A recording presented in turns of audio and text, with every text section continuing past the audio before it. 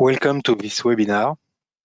I'm William Bidver. I will present you today our solution RStudio Data Architect and how to use macros with it. So I will switch directly to the product and show you what we can achieve with it. So here is my Data Architect.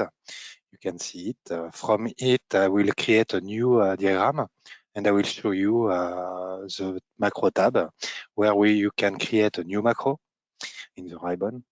You have also a macro tab in your Explorer from here, and you can see in this Explorer all the sample macros that are available within the solution.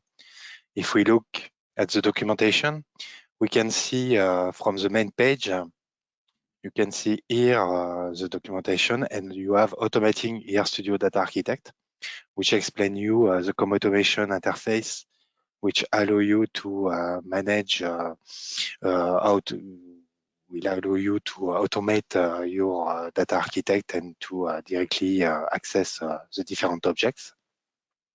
So as it is a COM automation interface, you will be able to directly connect using different languages. And today I will show you how you can do it from Data Architect itself. So you can see here I have many different macros.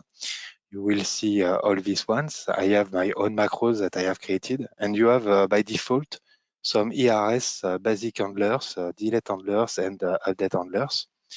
If we look at these different macros, we can right-click from here, and we can edit the macro, and we can see the code from this macro. These specific macros, ERS update handlers, will be used by directly by the tool. If I go to the options here, tools options, I have automation options available, and I can enable these event handlers to directly respond to my data architect. So I have activated my basic handlers. This one can show you the script which is included, and you will see that I have a function which is called read, and it will read automatically some text depending on the object I am creating. So here I am on a new model, and if I go to insert, I can insert a new entity.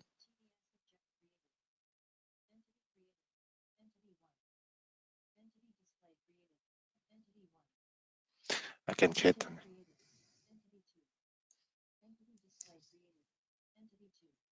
Can add a relationship.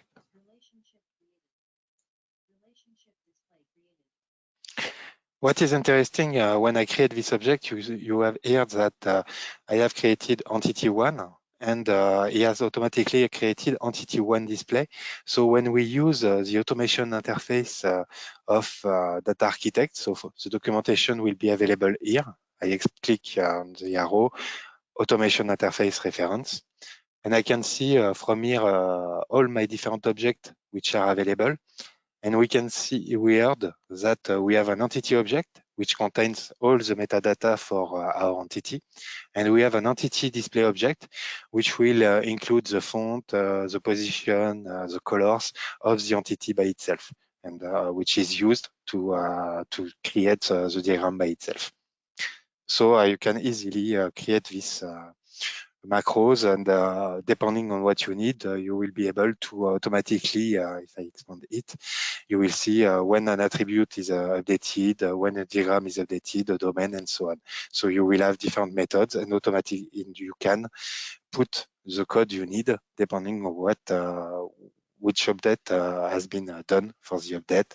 The same for the creation that I have used here, just to read some text, and I say rule created with the name of the rule, user data type, and so on. So I can easily manage this from my code. You can find the source code directly here on our blog .idera.com, and you will see my macro, the voice of Data Architect. And if you go to this blog post, you will see a video explaining how it works. What I show you is the automation options, and you will have the script if you want to try it on your side. So I have this specific macro I have used.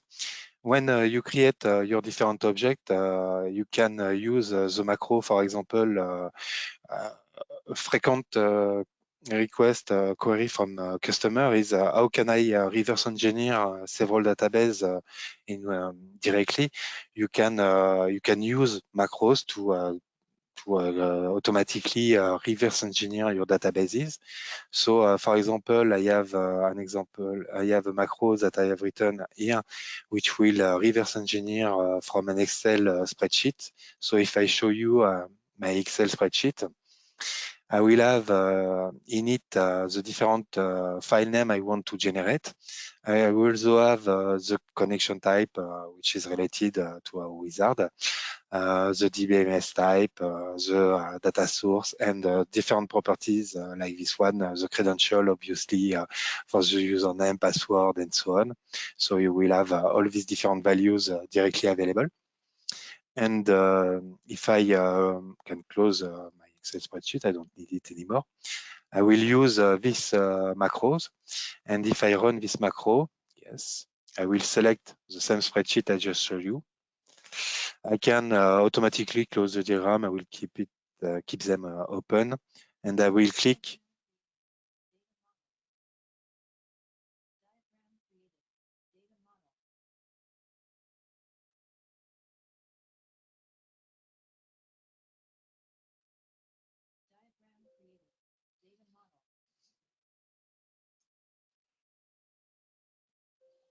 So I have run my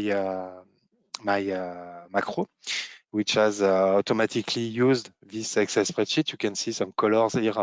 Everything is green, so all my reverse has worked. I will not save it. So from here, you can see my different projects are directly visible. They have been reversed automatically using a macro. And as I show you, this macro for the voice is available. We heard it during the reverse. And if we go back and we look, we have also the same, this macro is also available. You see here the interface, an example, and so on. And you have the script directly available from this blog post too. So I have used this specific macros that I have created to manage this. What I will do, I will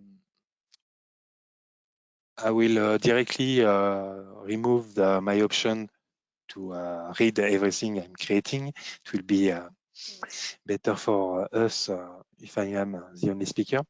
And if we look at this specific, at the different macros which are available, I can go here and, for example, if I look at my different samples, so all the samples macro are available in the documentation. We have here the list of all the macros with a quick description. You can also go to your data architect and edit the different macros to see what it explains. So for example, if I go to import columns from Excel, if I edit this macro, I can see that there is a comment at the beginning explaining that the spreadsheet which will be used by this macro should have these different columns in it.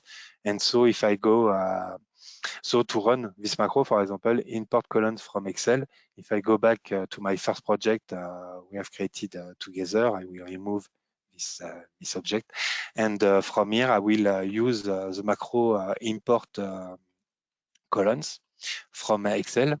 So if I run the macro, yes, I will select an Excel spreadsheet. I can show you the Excel spreadsheet. This is looks like this. I have the entity name, the table name, my different columns in definition. So you can you can give this specific Excel spreadsheet to your colleagues. They can put the definition of the different objects, and then when you will import it, you will get them directly in your project. So if I import this spreadsheet, you can see that click OK. If I go to a diagram layout, I have 6 different tables available here. We'll move to webinar. So here I have my 6 different tables. I'm currently closing my editor. Okay, you see my 6 different tables. I can use, for example, another macro, import relationship from Excel. So same idea, I should have a specific format which is expected by my Excel spreadsheet.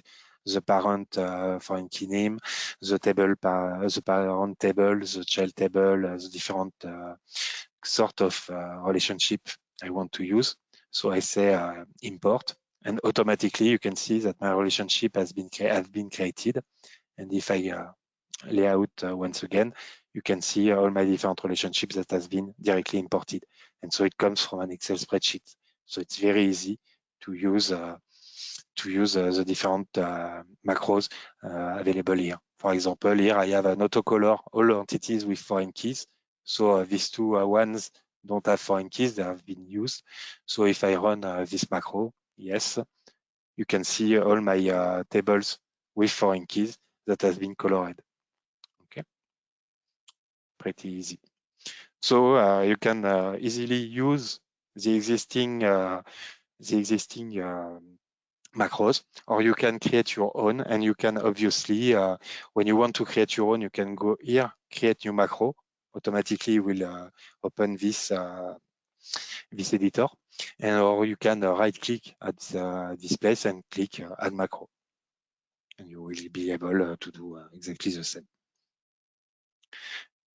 Obviously, you can open any existing macros and definition. For example, definition editor. I have all my script here, and I can copy the part of code I am interested by and put it in my new macro, and then customize the macro the same for the existing one. Do not hesitate to right-click in the script. You can go to File, Save As, and you will have your own version of your custom macros. That's it for a quick overview of how to start with the different macros. So don't forget, the documentation is available here. The documentation for the language, which is used by the editor here, is available in the RhinoApp Basic Help. And otherwise, you can have your documentation directly on the website, on our website, and different macros example are available from blog.idera.com. You can navigate to ER Studio, for example, here, and you will see all the blog posts related to ER Studio, and so you will find many different macros, some example available from here. That's it. Have a nice day. Cheers.